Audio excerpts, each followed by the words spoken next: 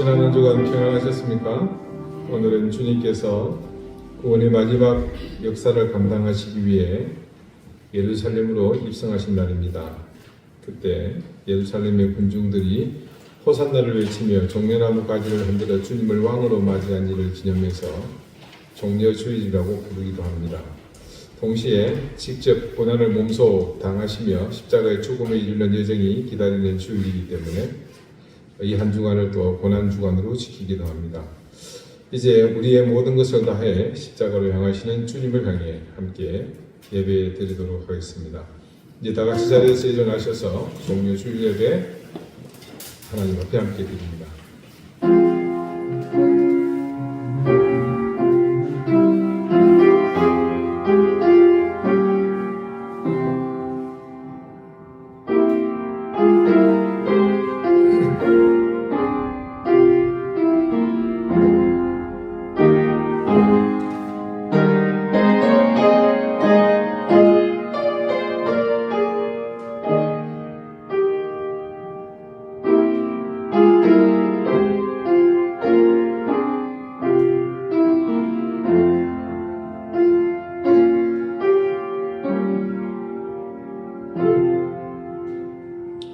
시온에 따라 크게 기뻐할지어다. 예루살렘에 따라 즐거이 부를지어다.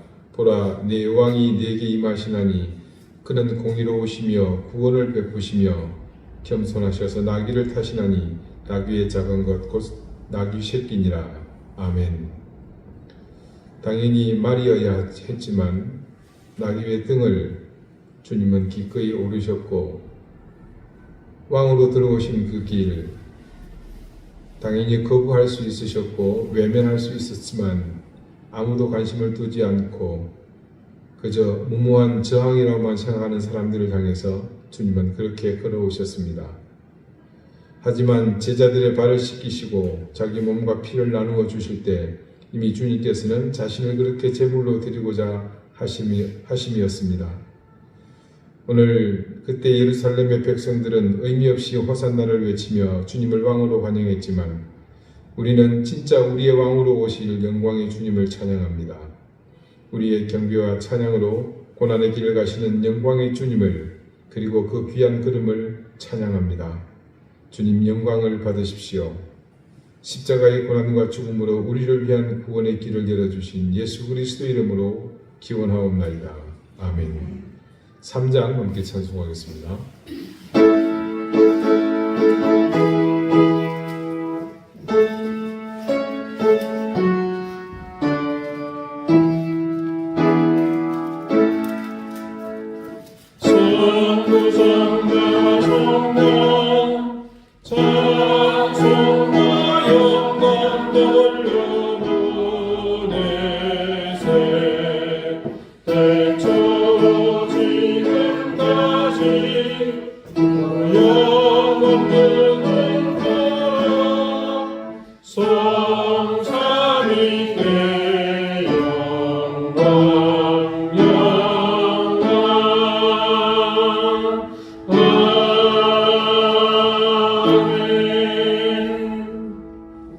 이제 다 함께 참회의 기도를 드리겠습니다.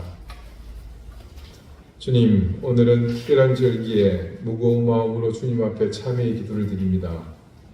주님이 가시는 고난의 여정 중에 사죄의 은총을 구하는 우리의 삶은 너무나 염치가 없습니다. 본질적인 죄를 떠나 먹고 마시며 입는 것을 위해 내 주머니를 채우기 위해 오로지 나를 위해 내 마음과 생각대로 살았습니다. 수치를 모르는 것은 짐승과 같아 하셨는데 참담하게도 수치스럽다는 사실조차도 깨닫지 못한 채 천둥벌거숭이로 내 필요를 위해 치달았습니다. 충분히 견딜 수 있는 작은 불편에도 민감했으며 나눌 수 있고 양보할 수 있고 물러설 수 있음에도 불구하고 나는 매정했으며 인색했고 비양심적이었습니다. 세상과 전혀 구별되지 못한 거룩을 상실한 모습으로 영생의 삶을 살지 못했습니다. 주님, 참된 구원의 은혜를 모르고 의미 없이 하루하루를 살아버린 우리의 이 부질없는 삶을 불쌍히 여겨주십시오. 수치를 모르고 살며 욕심을 채우는 일에만 분주하던 우리의 이 추한 삶을 용서해 주십시오. 이제는 하나님과 나만이 하는 은밀한 절을 생각하며 계속해서 침묵 가운데 참회의 기도를 드립니다.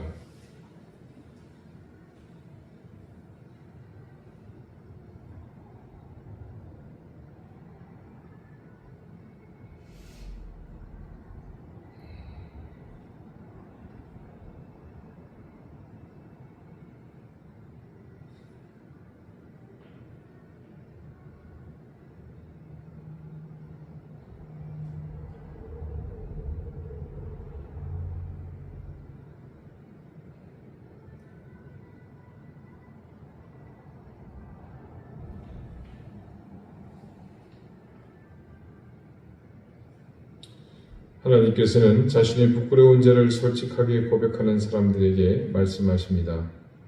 친히 나무에 달려 그 몸으로 우리 죄를 담당하셨으니 이는 우리로 죄에 대하여 죽고 의에 대하여 살게 하려 하심이라. 그가 채찍에 맞음으로 너희는 나음을 얻었나니 너희가 전에는 양과 같이 길을 잃었더니 이제는 너희 영혼의 목자와 감독 되신 이에게 돌아왔느니라. 아멘. 이제는 사도신경으로 우리의 신앙을 고백하오니 나는 전능하신 아버지 하나님 천지의 창조주를 믿습니다. 나는 그의 유일하신 아들 우리 주 예수 그리스도를 믿습니다.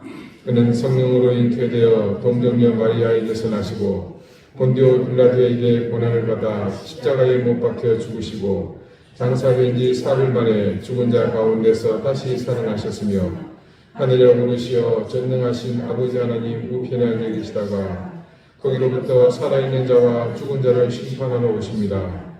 나는 성령을 믿으며 거룩한 공교회와 성도의 교제와 죄를 용서받는 것과 몸의 부활과 영생을 믿습니다. 아멘. 자리에 앉으시기 바랍니다. 이제 다 함께 성신을 교독하겠습니다. 성신은 교독문 130번 고난주간 1입니다.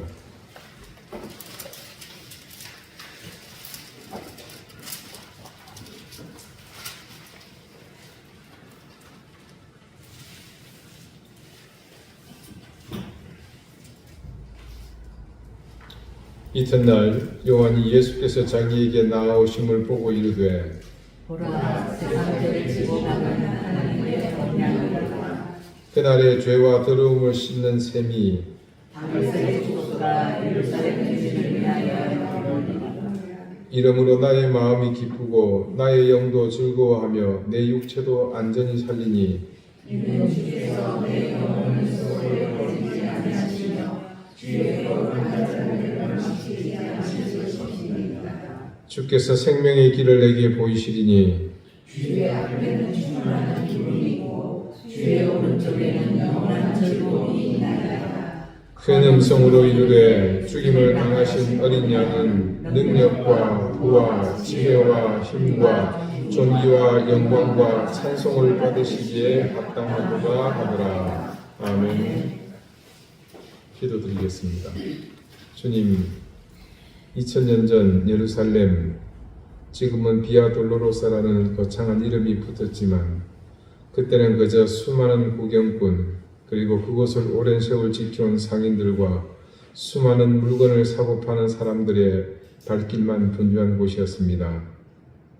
그 가운데 한 사람이 거친 그 길을 십자가, 그 무시무시한 사형틀, 자신을 죽음으로 인도할 그 무거운 짐을 지고 걷고 있었습니다. 돌로 박혀진 길 위로 내딛는 위태로운 걸음, 온몸을 짓누르는 다듬지 않은 거친 나무 십자가의 무게, 턱 밑까지 차오르는 거친 호흡 소리가 지금도 생생히 들려오는 듯합니다. 군중들의 조롱과 수군거림, 짐승을 다루듯 무자비한 채찍과 발길질, 간신히 버티기도 힘든 그 절박함 속에서도 오로지 아버지의 꿈을 이루기 위해 골고다의 언덕을 우리 주님은 올라가셨습니다. 승리의 월계관도 완주에 대한 그 어떤 보상도 아닌 지금의 이 걸음과는 비교도 할 수 없는 처참한 십자가의 죽음이 기다리는 그 언덕으로 올라가시는 주님. 우리 인생의 무게가 아무리 나를 짓누르고 세상의 풍파가 아무리 거세게 내 삶을 향해 몰아친다 한들 어찌 주님의 이 길에 비교할 수 있겠습니까?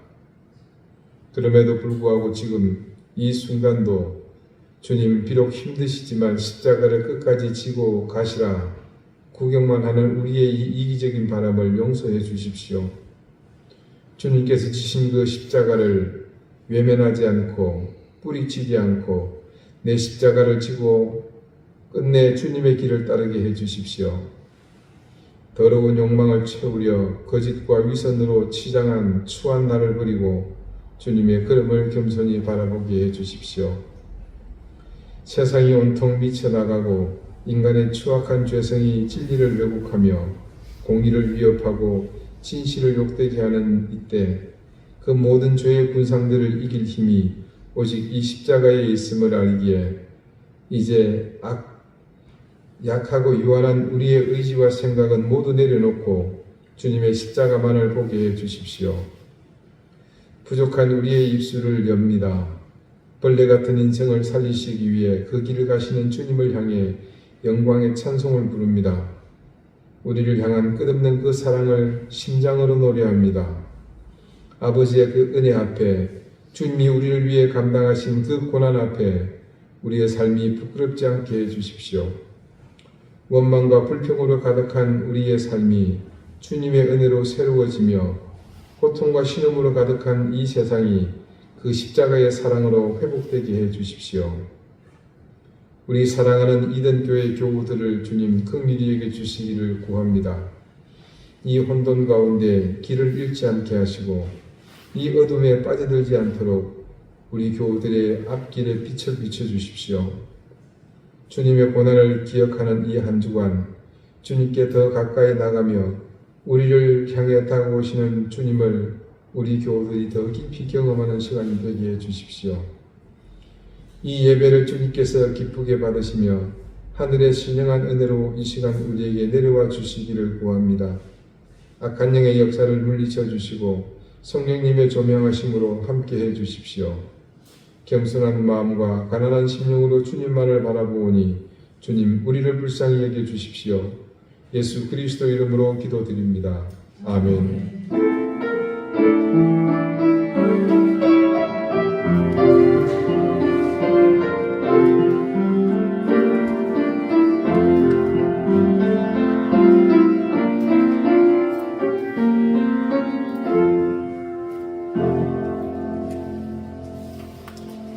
찬송가 143장 함께 찬송하겠습니다.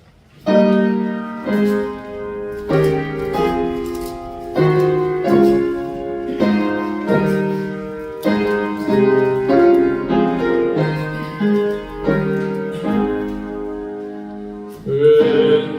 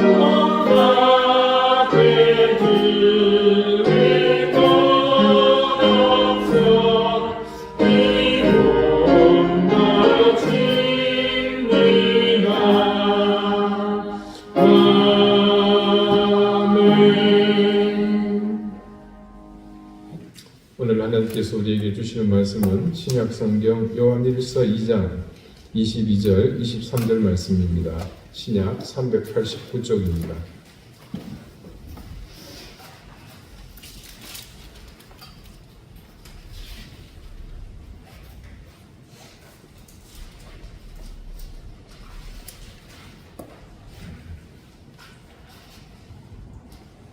요한일서 2장 22절 23절 말씀을 제가 읽겠습니다. 이제 다 같이 자리에서 일어나 하나님의 말씀을 경청하십시오. 거짓말하는 자가 누구냐? 예수께서 그리스도이심을 부인하는 자가 아니냐? 아버지와 아들을 부인하는 그가 저 그리스도니 아들을 부인하는 자에게는 또한 아버지가 없으되 아들을 시인하는 자에게는 아버지도 있느니라. 아멘. 자리에 앉으시기 바랍니다. 하나님께서 이 말씀으로 우리에게 은혜 주시기를 원합니다.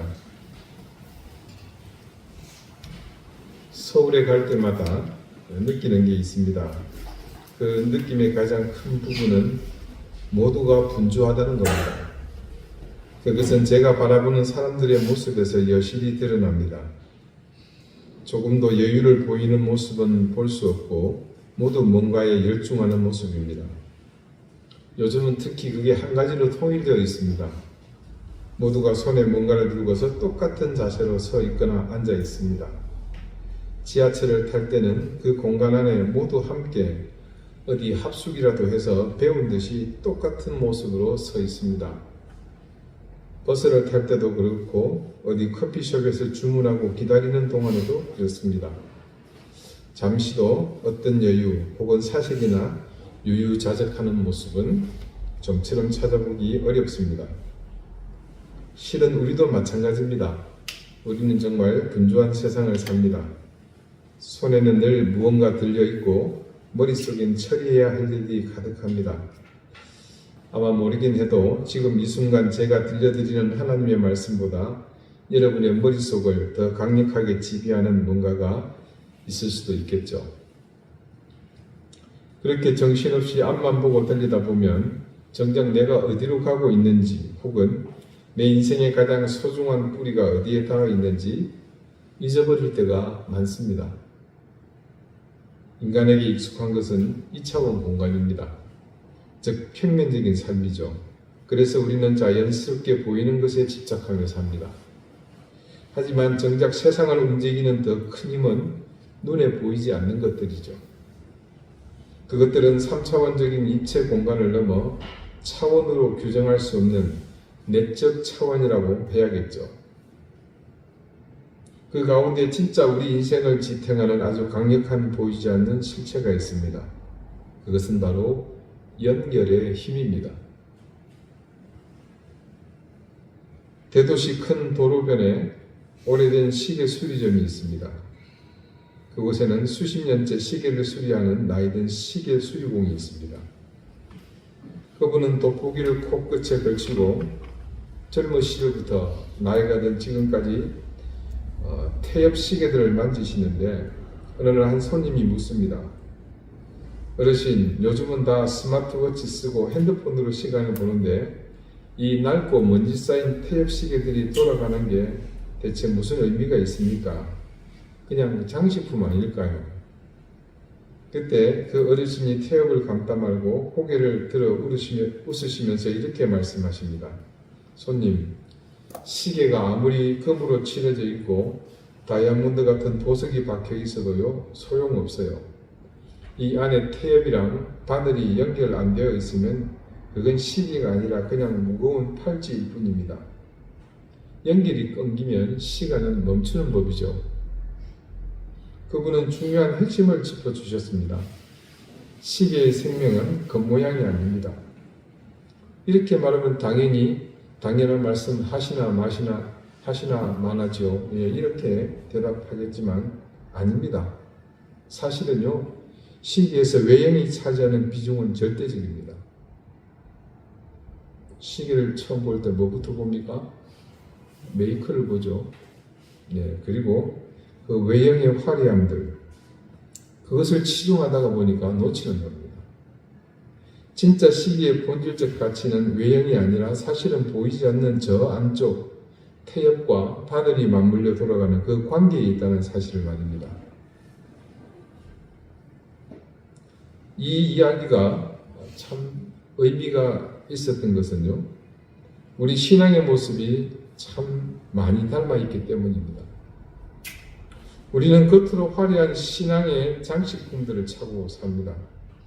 무슨 장식이라는 건지 궁금하시겠지만 사실은 간단한 것들입니다. 예를 들면요, 내가 어느 학교를 졸업했다라는 그 학교에 대한 자부심, 또 크고 작은 모임의 리더로의 장식이 있고요, 내가 쌓은 인생의 경력이라는 장식이 있습니다. 내가 어디서 얼마나 오래 있었는지 이것도 때로는 든든한 장식이 되기도 합니다. 특히나 재밌는 것은 내 자녀의 현재 모습이 또 대단한 장식이 되기도 합니다. 이거 정말 대단하거든요. 교회에서도 마찬가지입니다. 우리는 작은 교회이기 때문에 그럴 틈도 없지만 제가 그래도 우리나라에서 손가락 안에 꼽는 대형 교회 부목사로 있었지 않습니까? 그곳에서는요, 직분이라는 완장을 차기도 하고 봉사라는 장식을 붙이는 경우를 수없이 보았습니다. 그래서 누군가 그 장식을 탐내기라도 하면 아주 사달이 납니다. 남들이 보기에 그럴듯한 종교적 외형을 갖추고 나는 믿음이 좋다고 자부하기도 하지요.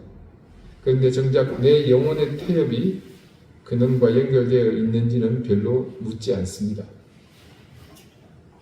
내 인생의 바늘이 하나님의 시간표와 맞물려 돌아가고 있는지, 그 본질적인 연결에는 무관심한 채 겉모양만 갈고 닦고 있는 것은 아닌지 돌아보게 됩니다.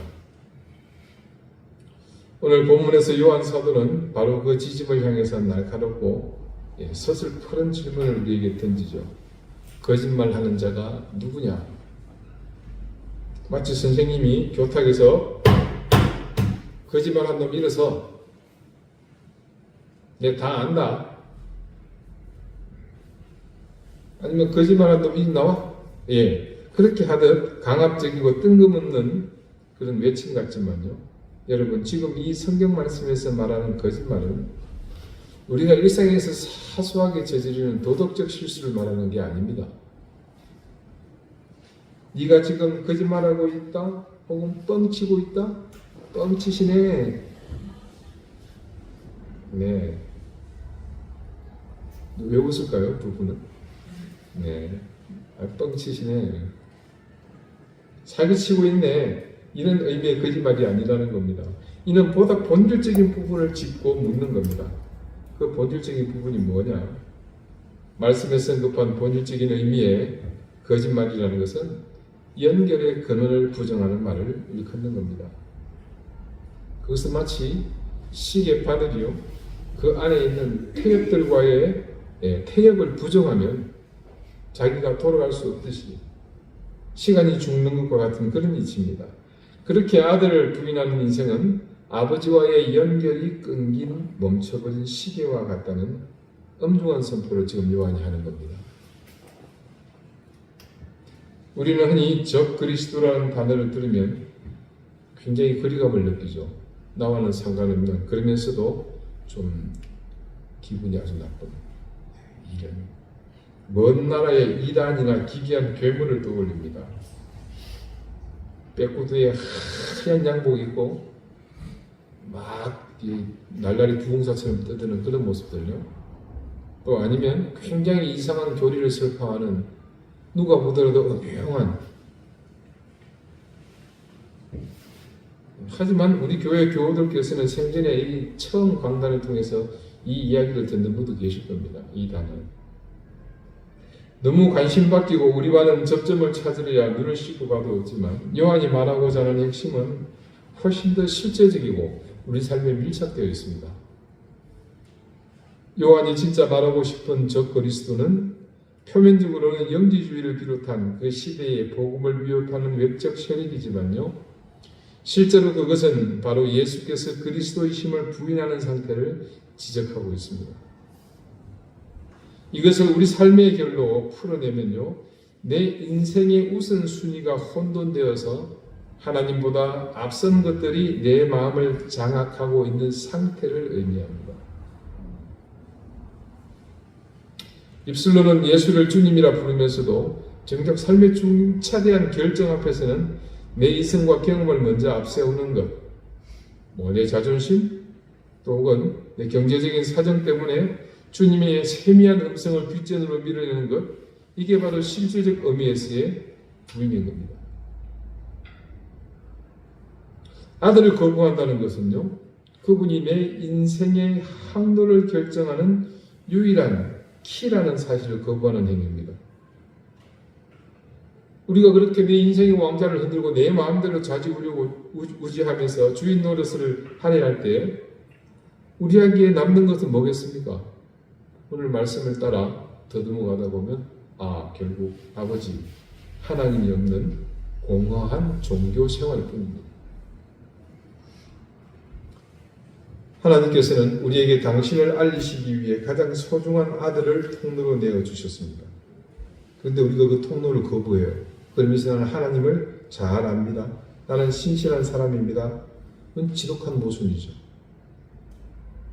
좀 더 구체적으로 말하면 그건 자기 부인, 자기 모순과도 같습니다. 아들이 없는 하나님은 우리에게 그저 관념 속의 신 혹은 내 소원을 들어주는 도구일 뿐입니다. 그건 그냥 예전에 어른들이 누군지도 모르고 급하니까 천지신명님이시여 하늘과 땅의 신, 목숨이든지 이름이든지 갖다 붙이는, 그러니까 누구든 지금 내 말 들어줄 수 있는 신임을 좀 응답해 달라는 겁니다. 그런 하나님은 절대로 내 아픔을 만지시고 내 고통에 동참하시는 실제적인 아버지가 될 수 없습니다. 그래서 여기서 아들을 시인한다는 말은 단순히 지식적인 동기가 아닙니다. 예수를 믿으십니까? 라는 질문에 내뱉는 기계적 예라는 소음이 아니라는 의미죠. 그래서 요한이 오늘 말하는 이 시인한다는 것의 의미를 한번 숙고해 봅니다. 특히나 주님 앞에서의 시인은 더욱 중요한 문제입니다. 우리 삶의 수많은 시인의 현장에서 이보다 더 비중 있는 상황은 아마 없을 겁니다. 주님 앞에서 시인은 아시는 것처럼 그분의 삶의 방식을 내 삶으로 철저히 수긍하고 인지하는 과정입니다. 성자께서 겟세마네 동산에서 자기 뜻을 꺾었죠. 그러면서 하나님은 언제나 옳으십니다 라고 고백하면서 성부의 뜻에 온전히 엎드렸던 것을 우리는 잘 압니다. 이처럼 우리도 우리의 의지와 가치관이 용납을 거부하는 상황 속에서 하나님의 초월적 인도를 신뢰하며 엎드리는 겁니다. 이렇게 시인하는 그 과정, 이 시인에는요, 우리가 직접 느끼지는 못하지만 거기에는 반드시 따라오는 것이 있습니다. 그게 바로 구원의 무게입니다. 단순히 무게가 아니라 필연적이라는 사실, 더 나아가 구원의 무게까지 더해진 데는 그만한 이유가 있습니다.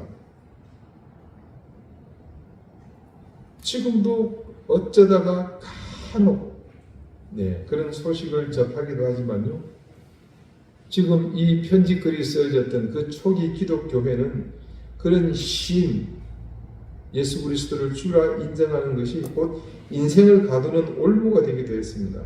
그래서 기꺼이 생명을 던지면서 죽음의 기로에서도 선조들은 시인하기를 멈추지 않았습니다.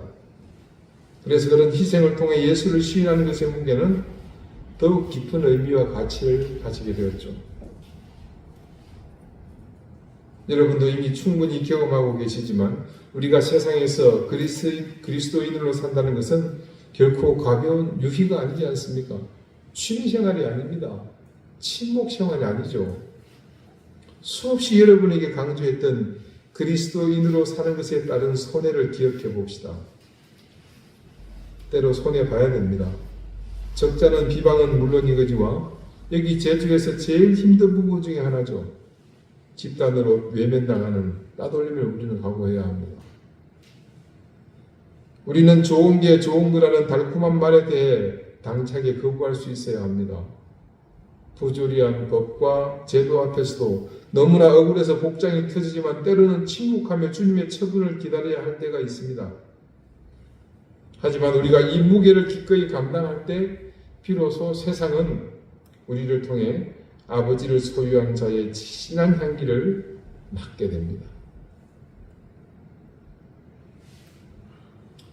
여러분 기억하십니까? 이 회전하는 그림자. 아주 오래전에 여러분의 말씀드린 기억이 있는 것 같은데 어떻게 비추느냐에 따라서 그림자가 달라지죠. 세상은 그렇게 회전하는 그림자처럼 우리를 속입니다. 어디서 어떤 방향으로 어떤 목적으로 보느냐에 따라 그림자는 천차만별입니다. 그래서 이 세상을 지배하는 악한 영은요 우리에게 늘 그 그림자를 보는 중요한 포인트를 알려줍니다. 여러분 관광지에 가면 뭐 있습니까? 포토스팟이 있죠. 여기서 찍으면 물론 이 근처는 돈 받는 것도 있습니다만 그들이 알려주는 곳에 서면요 내가 원하는 그림의 그림자가 생깁니다. 그곳에 가서 보면 원하는 것을 볼 수 있습니다. 그래서 늘 우리에게 속삭여요. 이쪽으로 가라. 저쪽으로 가라. 때로는 그곳으로 가지 말라고 합니다. 더욱 악한 것은 내가 가지 않겠노라고 고집을 부리면 그들은 그 실체를 비추는 빛을 임의로 조정해서 그들이 원하는 것을 드러내도록 보게 합니다. 그렇게 조금이라도 진실에 다가가려는 우리의 적은 노력을 뭉개버리죠. 그럴 때, 즉 판단하기 어려울 때 우리가 취할 자세는 단 한 가지입니다. 그때는 실체를 있는 그대로 보는 거죠. 그때 내 눈에 드러난 실체와 그림자를 비교하면 판단은 훨씬 쉬워집니다. 그리고 더 중요한 한 가지 이 사실을 우리가 주시하는 겁니다. 아들을 통해 우리에게 오신 하나님은 결코 변함이 없으신 참 빛들의 아버지이시라는 겁니다. 이게 무슨 의미인지 여러분 아시겠죠? 악한 영이 힘으로 조절하는 그런 빛이 아닙니다. 결코 변함없는 진실만을 비춰주는 빛입니다. 우리가 부당한 힘에 저항하고 진리를 수호하려는 노력을 멈추지 않는 이유도 여기에 있습니다. 그것이 단순히 내 자존심을 지키는 일이 아니라 하나님이 세우신 질서와 투명함이라는 가치를 지키기 위한 사명이기 때문입니다. 우리가 이 사명을 망각하면 우리는 어둠 속에 묻혀버리는 그렇고 그런 존재가 되겠지만 아들을 시인하며 그 길을 묵묵히 걸어갈 때 우리의 저항과 그 싸움은 역사 속에 명확하게 기록될 것입니다. 여러분 요한계시록 초반부를 보면요. 요한의 계시를 받은 당시 소아시아에 그러니까 지금의 터키, 또 튀르키예라고 바뀌었죠. 그 지역의 7교회에 대한 예언이 등장하는 것을 봅니다. 에베소 교회, 서머나 교회, 버가모 교회, 두아디라 교회, 사대 교회, 빌라델피아 교회, 라오디게아 교회입니다. 이 중에 두 번째 버가모 교회의 감독이었던 폴리카르포. 우리에게는 이 이름보다는 폴리캅이라는 이름이 더 익숙하죠. 그런 분이 있었습니다. 그는 바로 지금 이 서신을 기록한 사도 요한의 제자였습니다. 그런 태생이다 보니 그분의 삶은 안 봐도 비디오죠. 이 폴리캅은 평생을 하나님의 아들 예수 그리스도를 시인하는 삶에 바쳤던 분입니다. 노년의 나이에 기독교 박해가 아주 급속하게 진행될 때 폴리캅은 체포되어서 원형 경기장으로 끌려갔습니다.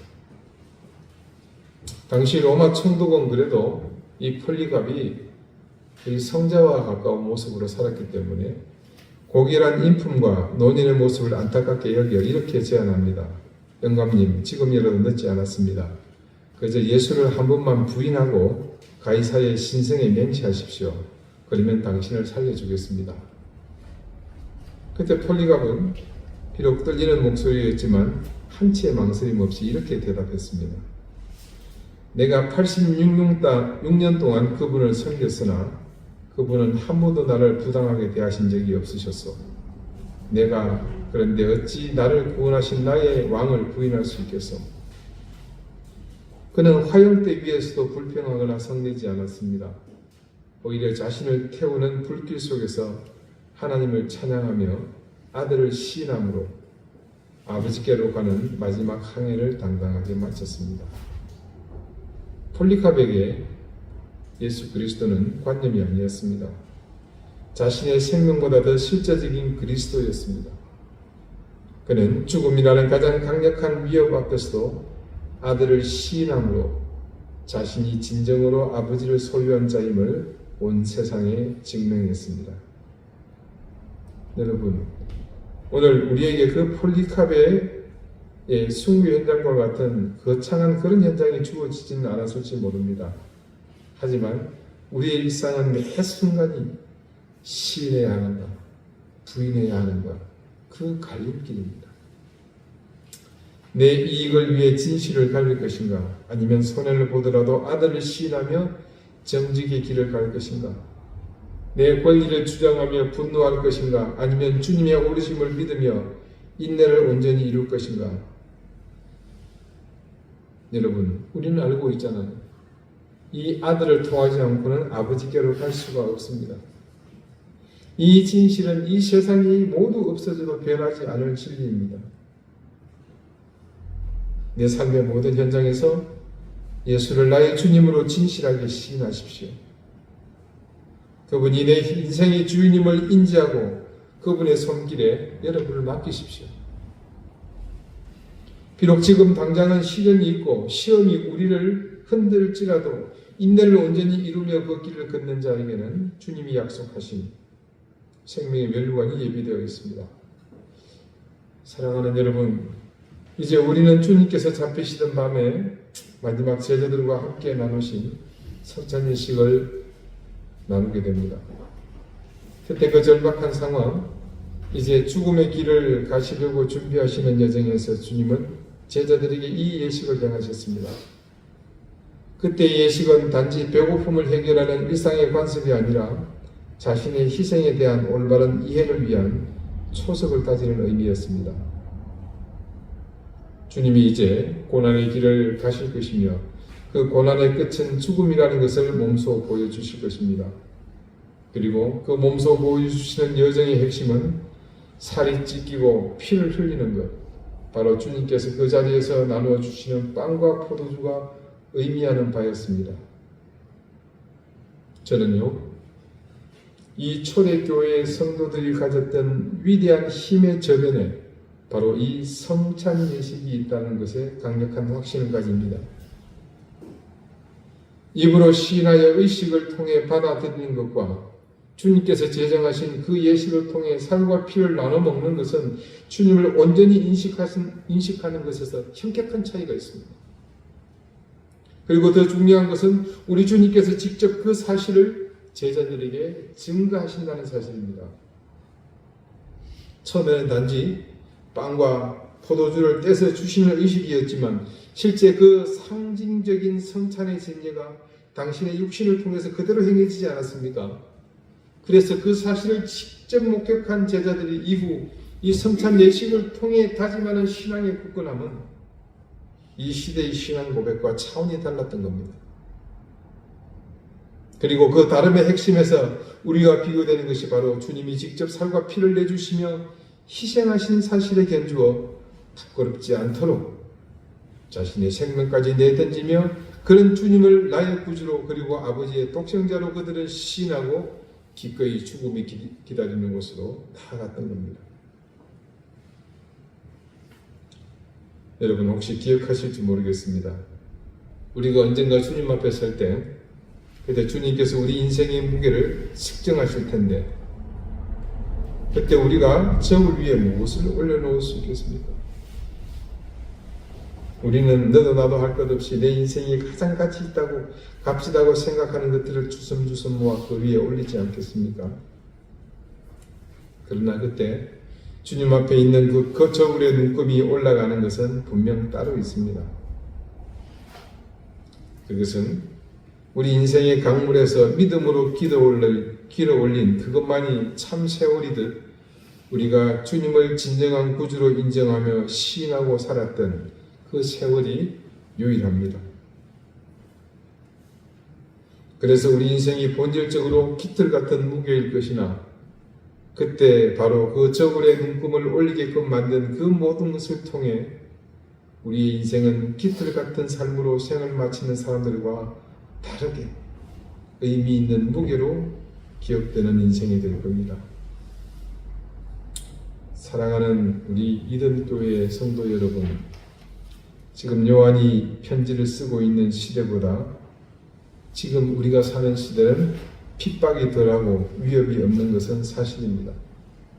그러나 그런 평안함이 오히려 우리를 더욱 깊은 나락으로 몰아갈 위험이 있습니다. 교회의 역사는 그것을 생생하게 우리에게 말해주고 있습니다. 핍박이 있을 때 교회는 살아있었고 그 영적 능력은 막강했습니다. 그러나 반대로 교회가 평안하고 국가의 국교로 인정받고 사방에 찬란하게 교회가 세워지며 부흥할 때 그 속은 병들어갔습니다. 세상에서의 힘은 강해졌을지 몰라도 영적 능력은 사라지고 부패한 지도자들의 힘만 강해졌습니다. 어느 시대건 그 시대의 교회를 지탱하는 진짜 하나님이 인정하는 실체는요, 다름 아닌 예수 그리스도만이 하나님의 아들이시라는 그 사실을 시인하며 그에 따르는 삶을 살았던 사람들입니다. 저는 지금 이 시대에도 그런 사람들을 하나님이 찾고 계시다고 믿습니다. 그리고 여러분은 바로 그 대답이 되는 삶을 살고 있으며 또한 저는 사실 것이라 믿습니다. 여러분의 삶에 그분을 시인하는 그 무게가 언제나 느껴지는, 그래서 그 무게를 따라 살아가시는 그런 삶이 되시기를 바랍니다. 기도드리시겠습니다. 하나님, 우리가 예배당 문을 나서서 다시 마주할 그 치열한 삶의 자리에서도 아들을 시인하는 사람답게 당당하고 묵직하게 살아가게 해주십시오. 하나님께서는 이미 그 아들과 함께 우리 삶의 한복판에 와 계심을 믿습니다. 이제 우리가 그 실제적인 관계의 힘으로 회전하는 그림자 같은 세상을 이기고 승리하는 복된 인생이 되게 해주십시오. 이 시대에도 하나님은 아들을 시인하는 무게를 감당하며 사는 사람을 찾으시는 줄 믿습니다. 우리가 그 대답이 되게 해주시고 그것이 또한 우리 삶의 방향이요 목적이 되게 해주십시오. 예수님의 이름으로 기도드립니다. 아멘. 이제 성찬 예식을 거행하겠습니다. 모두들 앞으로 나오셔서 이전과 같이 성찬상을 중심으로 둘러서 주시기를 바랍니다.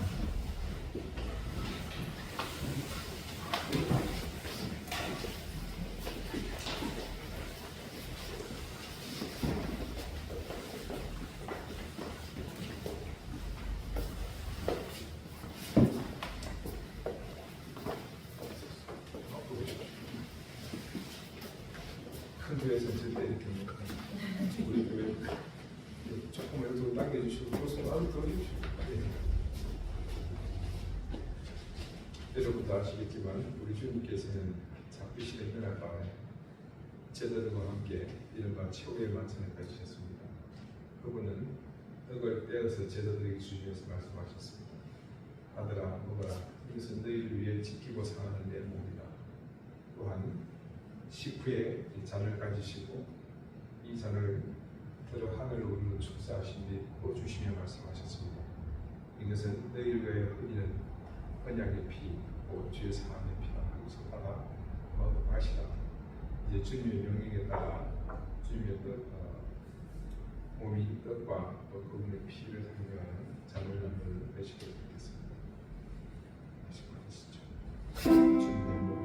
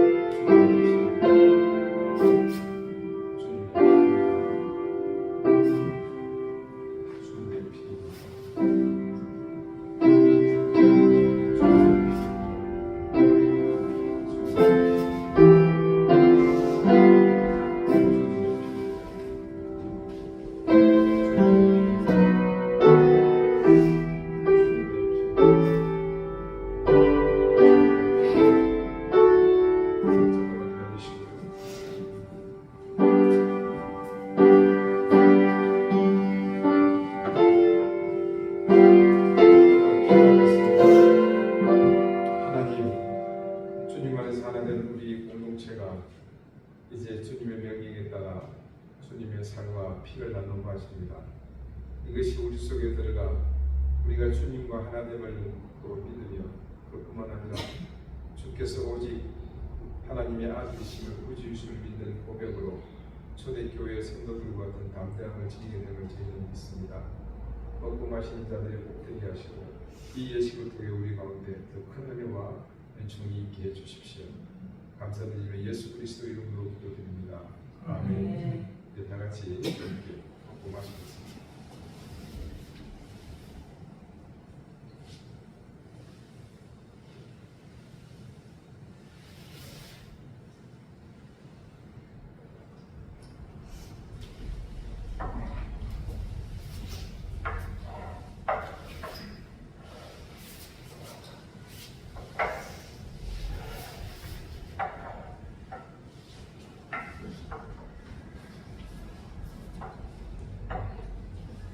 들어가시죠.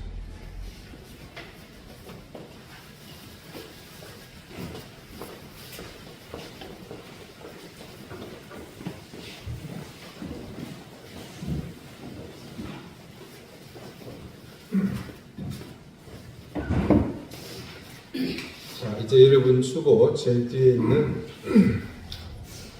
함께 있는 감사와 결단의 기도 같이 읽으면서 기도하겠습니다. 주님, 우리를 위해 십자가를 지시던 그날을 기억합니다. 오늘 우리 이den교회 공동체가 그때 주님께서 베푸신 마지막 만찬을 기념하는 성찬을 함께 행했습니다. 우리를 위해 지키시고 흘리신 살과 피를 나누는 예식은 언제나 깊은 감동과 은혜가 있습니다. 바로 웃기는 혹여 우리가 우주 중에 우리를 살피지 않고 먹고 마신 것이 있다면 주님의 은혜와 자비로 용서해 주시기를 구합니다. 이에 우리는 고난의 한 주간을 시작합니다. 해마다 반복되는 절기이나 이 시간을 통해 우리의 신앙이 더욱 성숙해지게 도와주시고 무지하여 그릇 행하는 길에서 우리를 건져내 주시길 구합니다. 이유 없는 고난과 억압이 아니라 감사와 은혜의 길을 바라는 절제와 경건으로 이 시간이 복되고 은혜롭게 해주십시오. 이제 주님의 몸과 피에 함께 참여했사오니 우리의 삶이 이 성찬의 의미와 은혜에 부끄럽지 않도록 인도해 주십시오. 욕심으로 발버둥치는 몸짓을 멈추게 하시고 나의 손길을 요구하는 이웃을 바라보게 해주십시오. 오로지 소유에 집착하는 우리의 생각을 이제 나눔과 더욱 깊은 의미의 존재로 돌이키게 해주십시오. 그리하여 주님이 가시려 했던 그 길의 중심에 우리도 함께 참여하게 해주십시오. 우리 교회를 복주시고 이 자리에 함께 참여한 모든 지체에 은혜를 내려주십시오. 감사와 찬송을 드리며 영광의 주님 예수 그리스도의 이름으로 기도드립니다. 아멘. 이제 찬송가 151장 이렇게 찬송하겠습니다.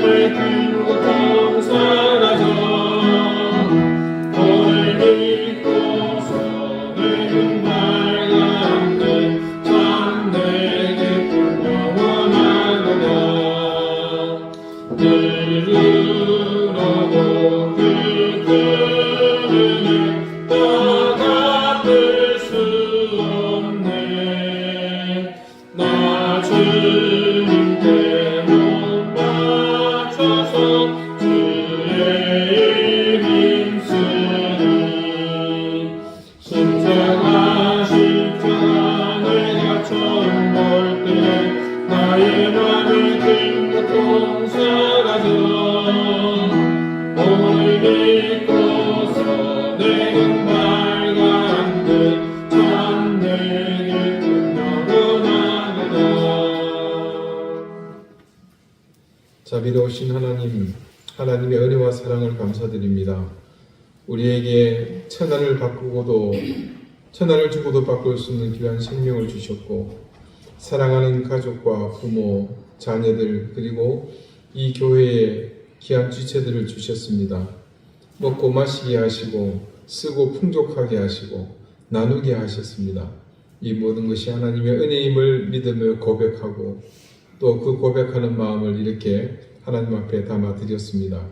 주님께서 드린 손길들의 마음과 정성을 기억하시고 하늘의 신령한 은혜와 땅의 기름진 복으로 놀라운 은혜로 채워 주십시오. 특별히 하나님 교회를 위해 수고하며 생기는 손길을 기억하시며 그 헌신과 수고에 하나님 귀한 은혜를 더해 주십시오. 또 하나님 질병으로 고통을 받고 있는 가족들이 있습니다.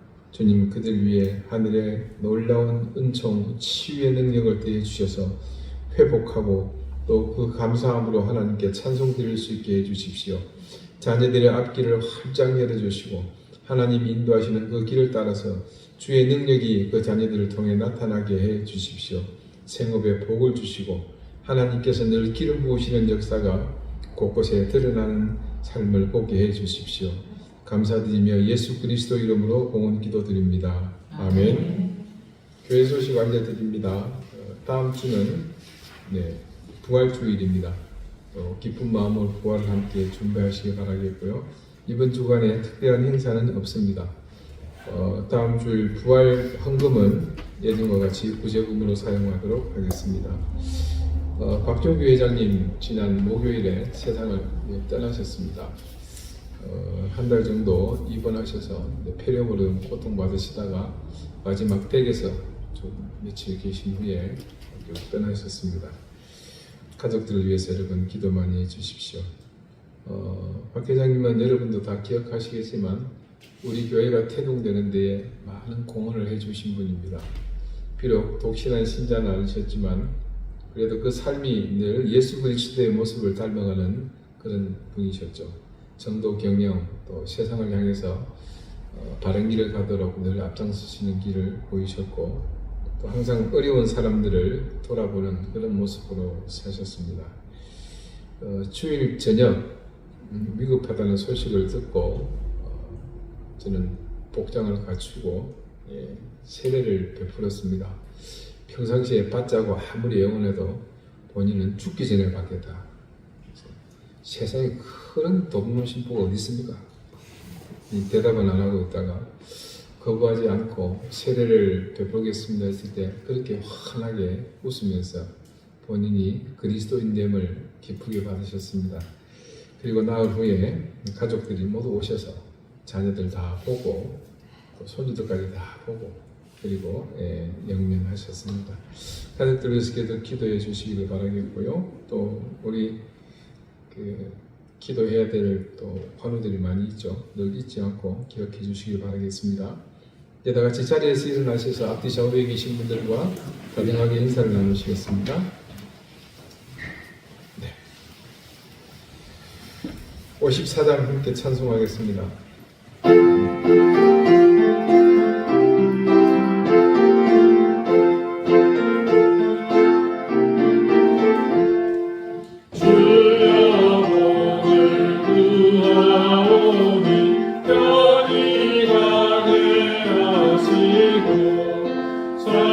사랑마다 주의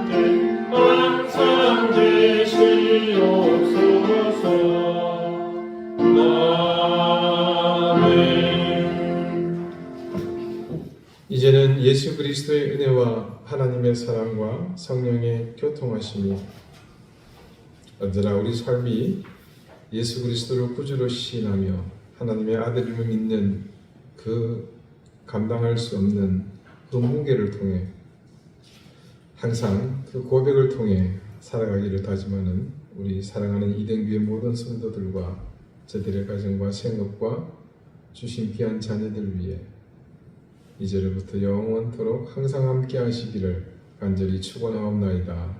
아멘.